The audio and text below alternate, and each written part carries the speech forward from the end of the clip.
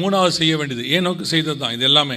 மூணாவது, கர்த்தர் வருகிறார் என்று முன்னறிவித்தான். சுவிசேஷம் அறிவித்தல் உங்கள் மேல் விழுந்த கடமை. You must preach gospel. கண்டிப்பாக ஒவ்வொரு ஆவிக்குரிய குடும்பமும் சுவிசேஷம் சொல்லுகிற குடும்பமாகத்தான் இருக்கணும். ஏன் தெரியுமா? உங்கள் ரட்சிப்பில் சுவிசேஷமும் ஒரு பார்ட். உங்கள் ரட்சிப்பின் பேக்கேஜில் சுவிசேஷன்றது அதோடு கூட இருக்க டிஃபால்ட்டான ஒரு பார்ட். எப்படின்னா, நீங்கள் ரட்சிக்கப்பட்டிருக்கீங்க அப்படின்னு சொன்னால், ரட்சிக்கப்பட்டிருக்கீங்கன்னா உங்கள் இருதயத்துக்குள்ளே ஒரு சந்தோஷம் வரும்.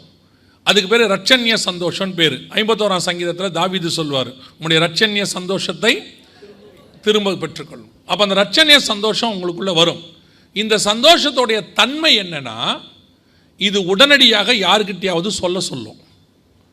அப்படி சொன்னா தான் அந்த அன்பு என்ன செஞ்சிருக்குது, உங்களுக்குள்ள வந்திருக்குன்னு அர்த்தம். அதைத்தான் பவுல் சொல்வார், கிறிஸ்துவின் அன்பு என்னை நெருக்கி ஏவுகிறது. அது வந்துருச்சுனாலே உங்களை சும்மா இருக்க சொல்லாது, உங்களை காஸ்பல் ப்ரீச் பண்ண சொல்லும். இப்போ ஏனோக்கு எந்த சர்ச்சும் இல்லை, எந்த பாஸ்டரும் இல்லை. எப்படி சுவிசேஷம் சொன்னார்? முன்னறிவித்தான். கர்த்தர் நியாயம் தீர்க்க வருகிறார் என்று முன்னறிவித்தான். நோவாவுக்கு எந்த சர்ச்சும் இல்லை, பாஸ்டரும் இல்லை. ஆனால் நீதியை பிரசங்கித்தவனாகிய நோவா. இன்னைக்கு பாருங்க, நம்மெல்லாம் ரட்சிக்கப்பட்ட உடனே அதோட அவ்வளோதான். நம்ம குடும்பம் வந்துச்சா, சபைக்கு வந்தோமா போனோமா, அதில் வேற ஒரு பயங்கர ஸ்டேட்மெண்ட் ஒன்று சொல்லுவாங்க, அற்புதமான ஸ்டேட்மெண்ட். நான் சர்ச்சுக்கு போகிறதும் தெரியாது, வர்றதும் தெரியாது. நான் போவேன், பின்னாடி உட்காருவேன், எழுந்திரிச்சு வீட்டுக்கு வந்துடுவேன். நமக்கு எதுக்குங்க வம்பு தும்பு? இந்த மாதிரி கர்த்தர் உங்களை நினச்சிருந்தா நீங்கள் சர்ச்சுக்கே வந்திருக்க முடியாது.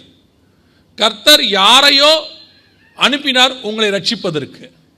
எதன் மூலமாகவோ கர்த்தர் உங்களை ரட்சித்தார். அப்போ உங்கள் மூலமாயும் யாரையாவது ரட்சிக்க வேண்டும் என்று கர்த்தர் வச்சிருப்பார். நீங்கள் கண்டிப்பாக சுவிசேஷம் அறிவிக்க வேண்டும். அப்படி சொல்லாவிட்டால் உங்களுக்கு ஐயோ.